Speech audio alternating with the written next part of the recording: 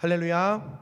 사순절을 보내는 3월의 두 번째 주, 우리 함께 예배하시는 영익교회 모든 성도님들, 하나님으로만 만족하고 하나님으로만 충만하는 하나님의 영이 오늘 이 아침에 가득 부어지는 귀한 복된 예배 되시길 주님의 이름으로 축원합니다. 우리 좌우 앞뒤 분들과 우리 인사하겠습니다. 내가 하나님을 믿는 목적은 딱 하나입니다. 인사하겠습니다.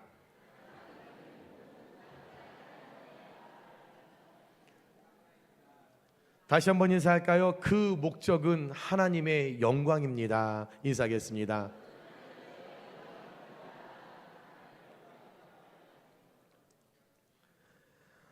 여러분, 상대방과 우리가 대화할 때 그 상대방이 분수를 모르면 우리가 무슨 이야기를 하지요? 그 상대가 너무 자기 분수를 몰라요.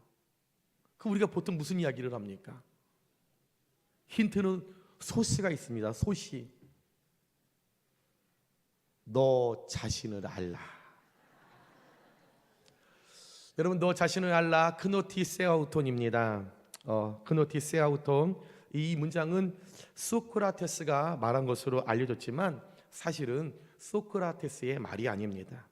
이 말은 고대 그리스 델포이 아폴로 신전 기둥 앞에 쓰여져 있는 경구입니다. 당시에 누구나 이 지역에 많은 사람들은 이 말을 알고 있었을 텐데, 소크라테스가 이 말을 듣고 또 이 신전 앞에 세워진 그 기둥에 있는 이 경구를 바라보면서 자신의 철학적 사유의 기초로, 주제로 삼으면서 많은 사람들에게 소크라테스의 철학을 대표하는 말로 자리매김한 것이 너 자신을 알라라는 이 문장이죠. 이 말은, 이 안에 담겨 있는 말은 자기 자신의 실체를 아는 것은 정말 너무 어렵다라고 하는 의미로서, 보통 사람들이, 아니면 보통 사람들 말할 것도 없습니다. 저와 여러분은 우리가 굉장히 무언가를 많이 알고 있다라고 착각하지만 실제로 깊이 생각해 보면 모르는 것이 더 많다라는 거죠. 우리는 꽤나 많이 배웠다라고 착각하며 살아갑니다. 내가 많이 안다라고 생각해요. 그래서 많은 분들이 이야기할 때 이 분야에선 말이야 나를 따라올 사람이 없어. 천만의 말씀이요. 아이 목사님, 제가 그것은 1인자입니다. 천만의 말씀이요. 목사님, 제가 성경을 몇 독을 했는데요. 천만의 말씀이요. 깊이 생각해 보면 우리는 아는 것보다 모르는 것이 훨씬 많다라는 거죠. 우리 어르신들 이렇게 인생을 오래 살았는데 얼마나 수많은 문장과 얼마나 많은 단어를 많이 알고 지금까지 살아오셨습니까? 얼마나 수많은 사람들과 대화하면서 많은 것을 알고 계십니까? 그런데 우리 어르신들, 요즘 청소년들 아이들이 사용하는 은어를 혹시 알고 계십니까? 나 많이 아는 것 같아요. 여러분, 국어학자들이 많은 단어를 알 것 같습니까? 아니요. 청소년들이 사용하는 은어조차도 잘 모릅니다. 내가 많이 아는 것 같다라고 착각하며 살아가지만 사실요, 우리는 모르는 게 훨씬 많죠. 자신의 실체를 안다는 것, 인간이 나 자신을 안다라는 것은 여러분 정말 쉽지 않은 일입니다. 그래서 나 자신을 알기 위해서는 늘 하나님의 말씀에 조명이 필요한 거죠. 나를 알기 위해서는 날마다 하나님의 말씀을 보고 하나님의 말씀을 듣고 하나님의 말씀을 마음에 새기며 나아갈 때, 이 말씀이 나를 드러낼 때, 나를 조명하여 계속적으로 나를 비칠 때 내 자신을 알 수 있다라는 겁니다. 사람은 자신에게 내 자신을 모르면 여러분 고개가 빳빳해지고, 반대로 자신에 대해서 알면 알수록 여러분 고개가 숙여질 수밖에 없는 연약한 존재입니다. 아니, 고개가 숙여질 정도가 아니라 내 실체를 알면, 내가 어떤 사람이라는 것을 정확하게 깨달으면 내 인간성이 내 안에 존재하는 이 모든 것들을 내가 알게 되면 내가 얼마나 비참한 존재인지, 내가 얼마나 연약한 존재인지, 내가 얼마나 부족한 존재인지, 내가 얼마나 우스꽝스러운 존재인지 더욱 드러나게 된다라는 거죠. 그것이 율법의 용법, 하나님께서 우리에게 주신 율법을 주신 이유라는 거죠. 하나님의 말씀을 통해, 하나님의 그 조명하심을 통해 내 안에 죄가 여실히 드러날 때 인간은 그리스도의 은혜로 우리가 살아가고 나아갈 수 있지만, 그러나 아무리 하나님의 말씀을 듣고 말씀을 보고 말씀을 담아도 하나님의 말씀이 내 삶의 조명으로 나타나지 않는다라면 어떤 일이 일어날까요? 여러분들이 모태신앙으로 예수님을 30년 50년 믿었지만 우리가 그런 보이는 어떤 행위, 겉까지 껍데기의 신앙으로 우리가 지금까지 살아가고 있다면, 여전히 말씀을 보지만 그 말씀이 조명되지 않아서 드러나지 않는다라고 하면 어떤 일이 일어날까? 그 일에 대한 결과는 오늘 우리가 읽은 본문 말씀에 정확하게 나와 있습니다. 오늘 말씀을 1부 때 전할 때는 제가 참 부드럽게 했는데 2부 때는 왜 강하게 했는지 모르겠어요. 3부 때는 제가 부드럽게 하기를 소망합니다. 오늘의 본문의 배경은 여러분, 세상에 남부러울 것이 없었던 예루살렘 사내들인 공회에 파견되었던 바리새인과 서기관들이 예수님께 모여들었던 모습으로 시작을 하고 있습니다.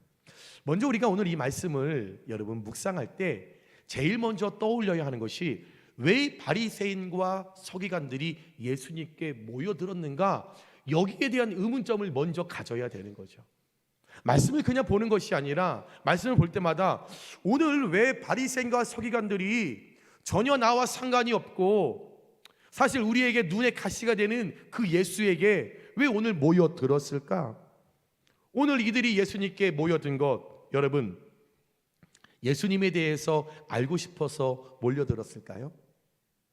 아니면 정말 그들이 갑자기 짠 변해서 의에 줄이고 목말라서 그들의 영적인 갈증을 해소하기 위하여 그 예수님의 말씀을 듣기 위해 예수님께 모여들었을까요?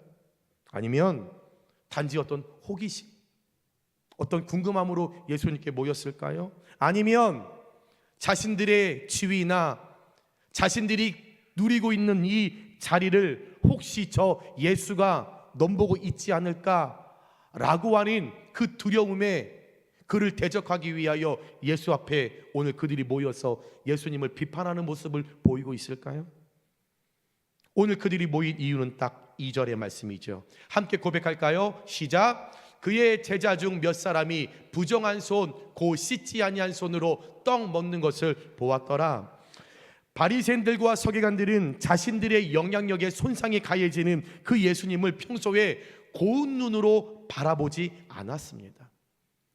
이들은 그 예수에 대해서 소문을 들을 때 대단한 능력 있고 병을 고치고 신비한 기적이 일어나는 그런 이야기를 들었을 때 곱지 않은 시선이었지요. 그들에게 있어서는 하나님밖에 안 계시는데, 아니 사람이 능력을 베풀어? 기적을 베풀어? 말도 안 돼. 그들은 본인들이 경험하지도 않고 누군가를 들었던 것을 가지고 그 예수를 평가하고 비난하고 비하하고 있었다라는 거죠. 늘 그들 마음 가운데 그 예수는 곱지 않은 마음을, 곱지 않은 시선을 가져올 수밖에 없는 불편한 존재였습니다. 그런데 오늘 이들이 예수님께 모인 것은 예수님에 대해서 책잡기 위해서, 일명 꼬투리 잡기 위해서 어떻게 해서든지 우리가 그 예수라는 사람을 꼬투리 잡아서 그가 신이 아니다, 그가 기적을 일으키는 사람이 아니다, 이것을 밝혀내겠노라. 긍정적인 마음이 아니라 부정적인 마음, 찾아올 때부터 대화하기 시작 전부터, 그에게 다가오기 전부터 그 마음 가운데 불평, 원망, 미움, 여러분 부정적인 것들로부터 예수님을 바라봤고 예수님에 대한 그런 마음을 이들이 품고 있었다라는 거죠. 드디어 오늘 읽었던 말씀 2절처럼 오늘 이 종교 지도자들에게 책잡을 만한 일이 그들의 눈에 포착되었습니다. 신났죠? 그 눈에 가시 같았던 그 예수 어떻게 꼬투리 잡을까? 여러분, 우리도 그런 경험이 있으시잖아요. 미운 사람이 있으면 어떻게 해서든지 대화 가운데 꼬투리 잡아서 본질은 잃어버리고 그 말투 하나, 단어 하나 그거 해가지고 막 뭐 전쟁 난 것처럼 싸우고 막, 여러분 그런 경험이 있으시잖아요. 저만 그래요? 오늘 이들 아주 신났어요. 아주 너무 좋았어요. 눈에 같았던 그 예수, 야, 꼬투리 잡았구나. 너무너무 그들이 신이 났죠. 자신들이 지금까지 중요하다고 생각하고 자신들의 조상들로부터 이어져 왔던 그 전통, 그것을 예수님과 예수님의 제자들이 어긴 거죠. 오히려 그것을 어기기를 바랬겠죠. 오늘 끊임없이 그 예수와 제자들을 바라보면서 어겨라 어겨라, 빨리 부정하게 손을 대라, 빨리 먹어라. 속마음에 그 순간에 제자들이 손을 씻지 않고 음식을 먹는 순간 아싸, 잡았다, 꼬투리 잡았다, 이제 시작된다. 정결법을 어겼다라고 하는 그 꼬투리를 잡고 이때다 싶어서 비난하고 비판하고 따지고 불평하고 비하하는 발언들을 끊임없이 예수님을 향하여 오늘 이 종교 지도자들이 내뱉게 되었다라는 거죠. 당시 바리새인들을 비롯한 모든 유대인들의 정결 의식은 단순한 위생 차원을 뛰어넘는 그들만의 종교 의식의 의미가 그 정결 의식에 담겨 있었습니다. 이는 바리새인과 서기관들이 대대로 그들의 조상으로부터 내려왔던 그들의 조상 장로들의 유전에 기초한 법이었어요. 유전에 기초했던 것으로 음식을 먹기 전에, 또 시장을 갔다가 밖에 나갔다가 집에 들어오면 반드시 손을 씻고, 그것도 모자라서 잔을 씻어야 하고 먹어야 할 그릇을 씻어야 하고 물을 따르는 주전자까지 여러분 깨끗이 씻어야만 하는 그 정결 의식을 철저히 이 유대인들이 지키고 있었다라는 거죠. 그런데 이 전통은 그들의 조상으로부터 내려왔던 겁니다. 원래 고대근동 지역에서는 대부분의 사람들이 식사를 할 때 어떤 숟가락이나 포크를 이용하여 식사를 하지 않고 본인의 손을 가지고 식사를 하다 보니, 식사를 하기 전에 그들이 손을 씻는 것은 원래 그들에게 있어서 위생을 위한 관례였습니다. 법이 아니에요. 밥을 먹을 전에 손을 씻는 것은 관례일 뿐이지 그들에게 정해진 법은 아니었다라는 겁니다. 그러나 포로기 이후에 이러한 관례는 그냥 그들의 삶에서 일어났던 이 관례가 거룩함에 이르는 정결 의식으로 정해져서 하나의 유전, 하나의 전통이 되었다라는 거죠. 그런데 이런 율법 안에 정결 의식이 있었지만 포로기 이후에 이스라엘의 랍비들이 생기기 시작했는데, 이 랍비들이 그 정결법을 가지고 본인들이 지켜야 하는 그 규례에 율법에 넣게 된 거예요. 그래서 하나님께서 세우신 법이 아니라 그 랍비들이 본인들의 그 유대인의 그 정결 의식, 처음에 관례였던 것을 본인들이 우리가 지키자, 그래서 율법 안에 세세하게 집어넣은, 인위적으로 확장되어 넣은 것이 오늘 이들이 말하고 있는 정결 의식, 정결법이었다라는 거죠. 오늘 바리새인과 서기관들이 그 전통을 가지고 예수님의 제자들 손을 씻지 않고 음식을 먹었다라고 하는 그 사건을 갖고 그 행동을 향해 비판하고 비난하면서 예수님을 향해 끊임없는 공격을 오늘 시작하게 된 것입니다. 여러분, 오늘 예수님을 향해 공격하는 바리새인과 서기관들의 이 전통, 그들이 말하고 있는 그 율법, 어떻게 보면 사람이 만들어 놓은 인위적인 그 법을 율법에 끼워 놓고서 그것을 지키는 그들, 분명 이 정결법을 만들 때, 정결 의식을 그들이 지키고자 했을 때는 처음의 시작은 선한 의도였습니다. 바른 마음이었어요. 좋은 마음이었죠. 거룩한 하나님을 믿는 거룩한 하나님의 백성으로 날마다 정한 것을 쫓고 부정한 것을 거부하여 언제나 거룩한 사람으로 우리가 하나님 앞에 살겠노라. 우리가 날마다 하나님 앞에 정결한 삶을 살겠노라. 나의 손 하나 날마다 깨끗이 씻으면서 하나님 앞에 그런 모습을 보이면서 우리 정말 거룩하게 깨끗하게 정결하게 순수하게 하나님 앞에 살아가 보자. 그것이 오늘 유대인들이 정결법을 만드는 그들의 처음의 선한 의도였다라는 거죠. 그래서 사람이 가장 많이 하는 이 손도 혹여나 하나님께서 기뻐하지 않았던 것을 내가 만지지는 않았을까? 내가 시장에 가서 혹시 지나가다가 부정한 사람을 혹시 만지지는 않았을까? 아니면 나도 알게 모르게 하나님께서 기뻐하지 않는 사람의 우상을 내가 행여 만지지 않았을까? 그런 선한 마음으로 더욱더 조심하자. 거룩하게 살자. 정결하게 살자라며 그 정결의식, 정결법을 그들이 만든 것입니다. 그런데 시간이 지나면 지나갈수록 그 초심이 흔들리는 거죠. 그 초심이 변질되는 거죠. 그 초심이 변질되니 자신들의 힘과 영향력을 그 정결법이라는 것을 가지고 도구로 만들었다라는 거죠. 자신의 스스로를 거룩하게 유지하던 바리새인과 서기관들이 이 정결법에 너무 집착한 나머지 이것이 법이요 여기에만 빠져 있다 보니 다른 사람들에게도 어떤 제3자에게도 동일하게 잣대를 대어 이분법적으로 사람을 판단하고 그 사람을 이분법적으로 모든 것을 평가하면서 구분지었다라는 겁니다. 왜냐하면 사람은 끊임없이 자신의 욕심을 추구하고 자기 자신을 드러내고자 하는 연약함이 있기 때문이에요. 모든 사람이 다 그렇습니다. 오늘 예배하는 이 자리에 모든 분들이 다 똑같죠. 드러나고 싶어요. 인정받고 싶어요. 칭찬받고 싶은 거예요. 내가 무언가를 했다 그러면 상대방이 알아주기를 원하는 것이 여러분 우리 인간의 욕구예요. 여러분 욕심 부리는 게 우리의 욕구예요. 더 모으면 더 모으고 싶지요. 자동차 당연히 CC 더 높은 거 여러분 타고 싶은 거 그게 정직한 거예요. 여러분 아파트 평수 할 수만 있다면 한 500평에 사는 거 그거 하고 싶은 거예요. 여러분 통장에 잔액 100억 있으면 만족 아니요. 500억 있어도 만족하지 못해요. 600억 700억 더 갖고 싶은 게 여러분 우리잖아요. 아니신가 봐요. 저는 갖고 싶어요.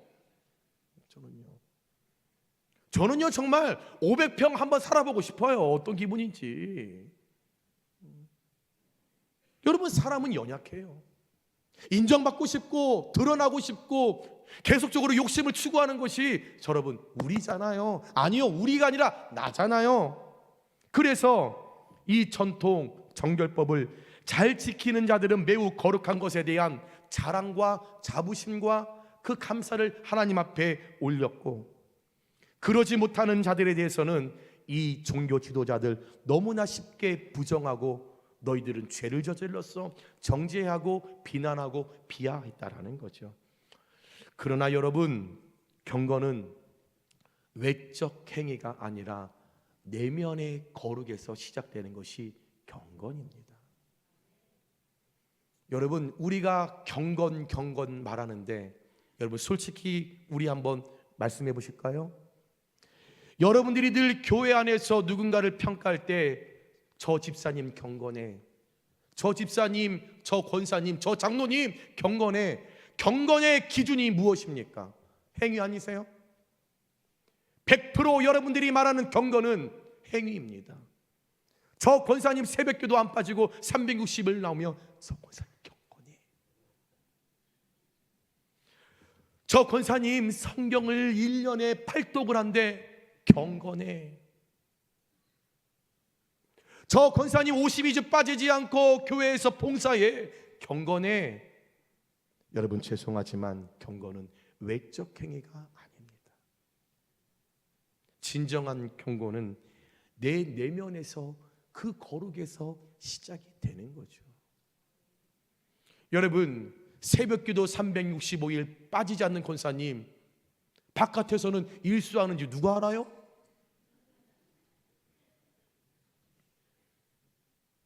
여러분 주일날 이렇게 여러분께 설교하는 제가 월요일날 골프 치는지 누가 알아요?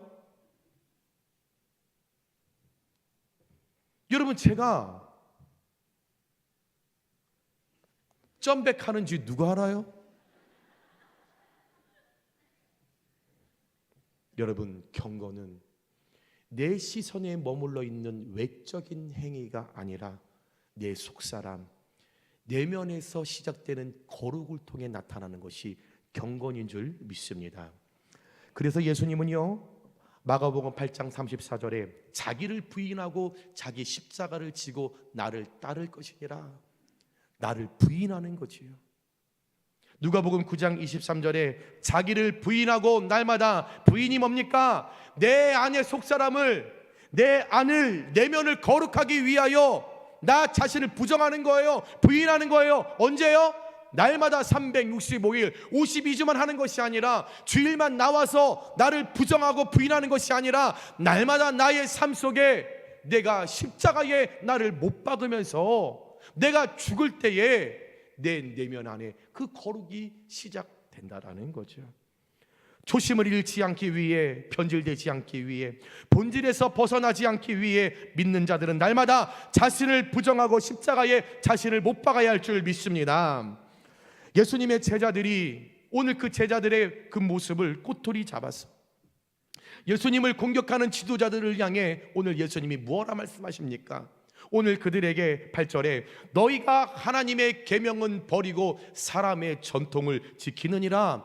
너희가 조상들로부터 물려받은 전통을 가지고 하나님의 말씀을 헛되게 하며 또 이와 같은 일을 많이 하고 있다라고 말씀하셨습니다. 다시 말해 쉽게 말씀드릴게요. 너희가 지금 꼬투리 잡아서 하는 그 말, 너희들이 말하는 그 기준의 전통들, 너희 조상들로부터 내려오는 그 모든 율법들이 니들이 지금 구체적인 삶에 적용할 때에 그 본래의 기능성을 잃어버린 지 오래야. 잃어버렸어. 착각하지 마. 너희들이 지금 말하고 있는 그래 조상들이 말한 그 율법 니들이 삶에 접목했어. 상대에게 접목했어. 그러나 정말 이것이 영양가가 본질이 있느냐? 본질을 벗어난 것 아니냐?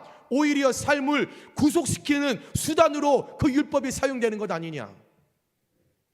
그 정결법이라는 율법을 가지고 지금 한 사람 어떤 자체를 가지고 너희가 지금 정죄하고 죄인이라고 지금 너희들이 비하하고 비난하고 있지 않느냐? 그러면 그것은 오히려 율법의 권위와 맞먹게 된 거 아니야? 더 나아가 율법의 권위를 능가하게 된 것 아니야? 오늘 예수님이 그들을 향하여 엄중하게 꾸짖으면서 그들을 책망하셨다라는 거죠. 오히려 그들의 율법, 정결법 말씀을 왜곡하는 부작용을 낳게 되었다라는 겁니다. 사랑하는 여러분, 오늘 저와 여러분이 신앙생활을 하는 교회 안에도 율법, 이 전통, 여러분 이것을 가지고 얼마나 우리 서로를 비난하고 비판하고 정죄하는 일들이 얼마나 많이 있습니까? 분명 털어서 먼지 안 날 사람 아무도 없습니다. 모두가 다 죄인인데 왜 먼지가 안 나겠어요? 여러분 이 앞에 죄인을 세워놓고 제가 여러분께 돌 하나씩을 다 드리겠습니다. 이 시간에 여러분 나는 죄인이 아니다, 하나님 앞에 나는 죄가 없다, 그런 분들 다 돌을 들어서 이 사람 던지세요. 여기서 돌을 들으실 분 누구 있습니까? 아무도 없습니다. 왜요? 저와 여러분은 죄인이기에.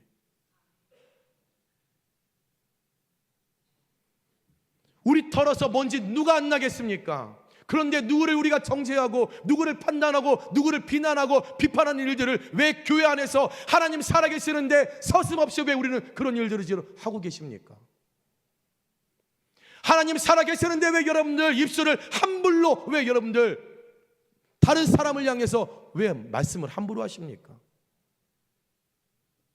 왜 상대를 내가 내 자신도 모르면서 상대를 왜 함부로 평가하십니까? 교회 안에서 이러쿵 저러쿵 알지도 못하면서, 속사정을 알지도 못하면서 왜 함부로 여러분 우리가 말을 합니까? 일부 때는 이렇게 안 했습니다. 분명 털어서 먼지 안 날 사람 아무도 없습니다. 매사 무엇이든 부정적인 시선으로 보면 부정적인 모습이 보일 거고, 비판적인 사고로 보면 비판할 모습만 보이게 될 것이고, 긍정적으로 바라보면 긍정적인 일들이 내 눈에 띄게 될 것이고, 사랑과 용서의 눈으로 바라보면 모든 것을 덮고 이해할 수 있는 상황이 만들어지는 것입니다. 물론 교회 안에 전통은 좋은 거예요. 교회 안에 일어나고 있는 전통은 좋은 거예요. 용인교회가 120년이라는 세월 속에서 우리 믿음의 선조들을 통하여 알게 모르게, 율법은 아니지만 이 교회 안에 지금 내려오는 전통은 좋은 거예요. 그러나 분명한 건 전통이 하나님의 계명을 넘어서는 안 된답니다. 이것이 여러분 진리인 줄 믿으시기 바랍니다. 아무리 여러분들의 믿음의 선조가, 아무리 여러분의 부모들이 아름답게 세워놓은 전통이 있다 할지라도 그 전통이 하나님의 계명을 뛰어넘는 순간 그것은 공동체가 분열하고 망하는 길입니다. 그래서 복음의 능력을 깨달았던 바울, 율법이 아닌 하나님의 은혜의 삶을 살았던 바울이 골로새서 2장 8절에 누가 철학과 헛된 속임수로 너희를 사로잡을까 주의하라. 너희들이 가지고 있는 지식, 학식, 배우고 있었던 그 사상들, 그거 조심해, 주의하라고 분명히 이야기하고 있지요. 이것은 늘 학식을 말하고 지적인 것을 말하고 객관적인 것 말하고 논리를 말하는 사람들, 이 사람들 자라올 때부터 전통, 그들과 맺고 선배, 후배 누군가를 통해서 그 전통, 사람이 만들어놓은 전통을 듣고 그들이 세습되고 습득한 것들이 그들의 자양분이야. 또 초등학문을 따름이요, 많이 배워도 그 사람 유치원, 초등학교, 중학교, 고등학교 나왔단 말입니다. 세상의 학식을 배웠단 말입니다. 그 모든 것들 따름인 그 사람들이 말하는 철학 주의하라. 왜? 그리스도를 따름이 아니니라. 분명 사도 바울이 말하고 있어요. 갈라디아서 1장 14절 말씀 가운데 내가 내 동족 중 여러 영갑자보다 유대교를 지나치게 믿어 내 조상에 대하여 더욱 열심히 있었으나, 바울이 누굽니까? 로마 시민권자입니다. 가말리엘에서 여러분 학식 있는 자예요. 여러분 모든 것에 다 유능했던 사람이 바울입니다. 5살 때부터 모세오경을 외우기 시작을 합니다. 모든 유대교의 법을 다 알고 있습니다. 그 누구보다도 이 세상의 학식 다 가지고 있었다는 사람이죠. 어떤 논쟁하는 거 그 누구도 바울을 이길 수 없습니다. 논리 바울을 이길 수 없습니다. 모든 세상에 있는 것 다 알고 있는 것 이 바울이었습니다. 그러나 그 바울이 다메섹상에서 예수님을 만나는 순간 하나님의 말씀이 그의 심령 가운데 조명으로 비추어지니 나 자신을 알게 되었을 때 자신이 그토록 중요하게 여기고 매달리고 지켰던 그 조상의 유전, 그 율법, 전통이 얼마나 값없고 얼마나 잘못되었는지를 깨닫고 그것을 오늘 저와 여러분에게 고백을 하면서 그거 아무것도 아니다, 그것을 우리에게 오늘 강조하고 있다라는 거죠. 여러분, 전통이라는 것은 하나님의 말씀에 기초하여 기인하여 생겼기 때문에 개혁해야 할 대상이 전통입니다. 개혁은 본래의 모습으로 돌아가는 것을 뜻하는 것으로서 사람이 선한 마음으로 전통을 만들었다 할지라도 하나님의 말씀의 거울에 비추어 무엇이 잘못되었는지, 어디서부터 이것이 출발이 잘못되었는지 그것을 깨닫고 확인하고 분석하였다라면 하나님의 말씀에 쫓아 본질로 돌아가는 것이 전통입니다. 잘못되었는데 불구하고 그것을 계속적으로 가지고 있는 것은 고집입니다. 전통이 아니에요. 왜 교회 안 나오세요? 저희 아버지가 돌아가시기 전에 너만큼은 예수 믿으면 안 된다, 그래서 안 나오신다는 거예요. 그건 고집이에요. 우리는 가문의 그 전통을 목사님 허물 수 없습니다. 집사님, 왜 집에 사주짠 나단지를 왜 안 버리세요? 저희 엄마가 돌아가시면서 저것만큼은 우리 집의 가보로 전통이라고. 그거 쓸데없는 고집입니다. 여러분, 모든 일에는 본질과 비본질이 있습니다. 믿음의 본질은 말씀이요, 말씀과 일치하는 것이 하나님의 뜻인 줄 믿습니다. 사람이 암으로 겉으로 많은 정결을 행해도 하나님 보시는 마음의 정결을 대신할 수 없습니다. 행위의 정결을 강조하는 사람은 율법으로 치우치기 쉽고 스스로를 자기를 의롭다 여기며 교만하기 쉽다라는 거죠. 여러분, 오늘 손을 씻고 밥을 먹냐 안 먹냐 이뿐만 아니라 우리 삶에서, 우리 신앙에서 새벽기도, 수요 예배, 금요 예배 빠지지 않는다고, 기도 더 많이 한다고, 말씀 많이 한다고, 전도 많이 한다고, 제자 훈련 받았다고, 성경 공부 많이 한다고 의로운 것 아닙니다. 그렇다고 내일부터 안 나오시면 안 됩니다. 중요한 건 제자 훈련 받았으면, 성경 공부 그렇게 열심히 했으면, 권사님 되시고 장로님 되시고 목사 됐으면, 기도 많이 하면, 전도 많이 하면, 말씀 많이 보면 얼마나 변화하여 새로운 사람이 되었는가, 이것이 중요하다라는 거죠. 예전에 목사님, 제가요 용인시에서 떵떵거렸던 사람입니다. 그럼 뭐합니까? 지금은 은퇴하셨는데 그거 얘기하지 마세요. 목사님, 옛날에 우리 집이 뭐 양조장을 해서 돈이 얼마나 많았었는데, 지금은요 말씀하지 마세요. 지금이 아닌데 36년에 예수를 만나서 뜨겁게 봉사했었고, 그거 왜 얘기하십니까? 지금 봉사 안 하는데. 예수님 만났을 때 그 첫사랑의 그 감격에, 목사님 제가 새벽 기도를 제가 처녀 시절 때 다녔는데 지금 뭐합니까? 새벽마다 주무시는데. 기도와 말씀으로 얼마나 내가 변화가 되어서 내가 지금 현재 그렇게 살아가느냐, 그것이 중요한 일입니다. 외색은 자기를 스스로 높이고 남을 판단합니다. 늘 정죄합니다. 늘 다른 사람들을 평가하는 걸 즐겨합니다. 그러나 하나님은 우리의 중심을 바라보시지 행위만을 보시지 않음을 꼭 기억하시기 바랍니다. 사랑하는 여러분, 목적을 잊어버리면 행위는 무의미해집니다. 여러분의 신앙의 목적이 무엇입니까? 여러분의 믿음의 목적이 무엇입니까? 여러분의 삶의 목적은 무엇이며, 자녀를 키우는 목적이 무엇이며, 예배하는 여러분의 목적은 정말 무엇입니까? 오늘 예수님으로부터 책망받은 유대인들의 이 전통의 시작은 분명한 선한 목적이 있었을 겁니다. 하나님을 더 잘 섬기기 위하여, 하나님의 백성으로 세상에서 더 잘 살기 위하여, 거룩하게 정결하게 살기 위하여 그 전통을 만들었을 것입니다. 그런데 시간이 흐르면서 그들의 선한 목적은 잊혀졌고, 그들의 목적은 변질됐고, 목적은 정통의 행위만 남게 되었다라는 거죠. 그리고 그 행위를 기준 삼아 사람을 비난하고 정죄하기 시작한 겁니다. 우리의 신앙은 어떠십니까? 오늘 이 시간 정말 하나님 앞에 여러분의 신앙의 목적 괜찮으십니까?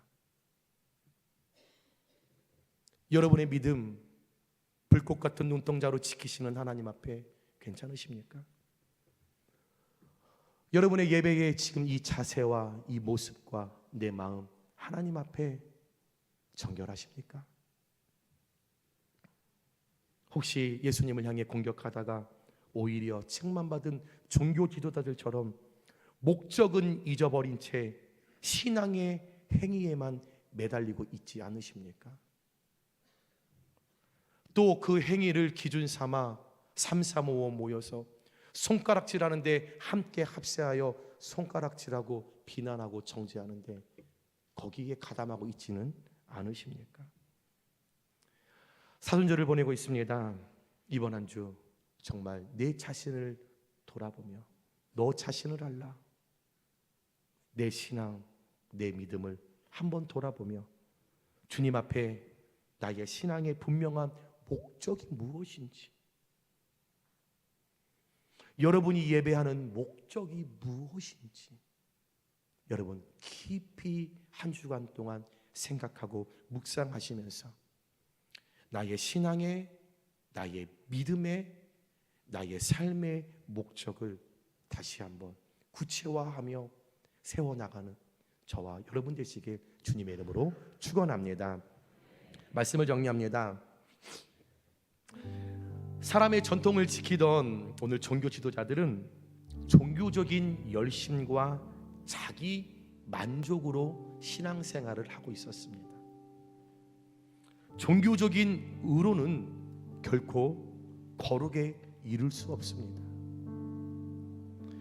형식적인 그들의 행위는 경건의 모양만 있었을 뿐 알맹이는 하나도 없었습니다.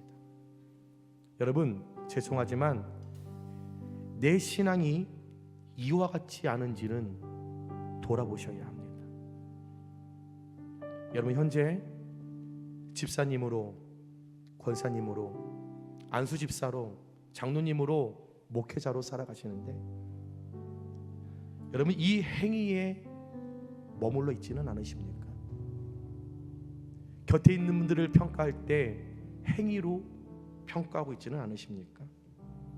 나는 오늘도 하나님 앞에 종교적인 열심과 자기만족으로 하고 있지는 않은지, 형식적인 종교적인 의를 내세우며 그 착각에 빠져 있진 않은지, 하나님 성전 안에서도 여전히 세상의 지식과 이론을 가지고 논쟁하려고, 논평하려고 하는, 하나님의 말씀보다 내 지적인 것을 자랑하는 그런 행위에 빠져 있지는 않으신지, 그래서 내 자신을 여러분들 돌아보셔야 합니다. 우리 많이 아는 것 같습니다. 그런데 깊게 보면 모르는 것이 훨씬 많습니다.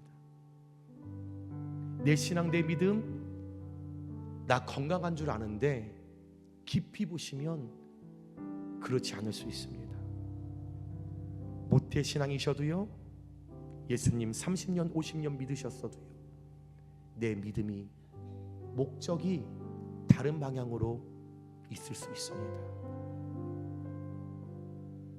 오늘 한 주 이 말씀이 저와 여러분에게 레마로 들려지시길 원합니다. 그래서 마음 없는 행위로 경건의 모양만 갖춘 자들이 아니라 마음 다한 순종으로 그 경건의 능력을 얻어 이 땅에 삶의 열매를 맺으시는, 목적의 의미를 깨닫고 그 목적을 달성하여 주님 앞에 정결한 삶, 거룩한 삶으로 승리하시는 우리 사랑하는 용인교회 모두 성도님들 되시길 주님의 이름으로 축원합니다.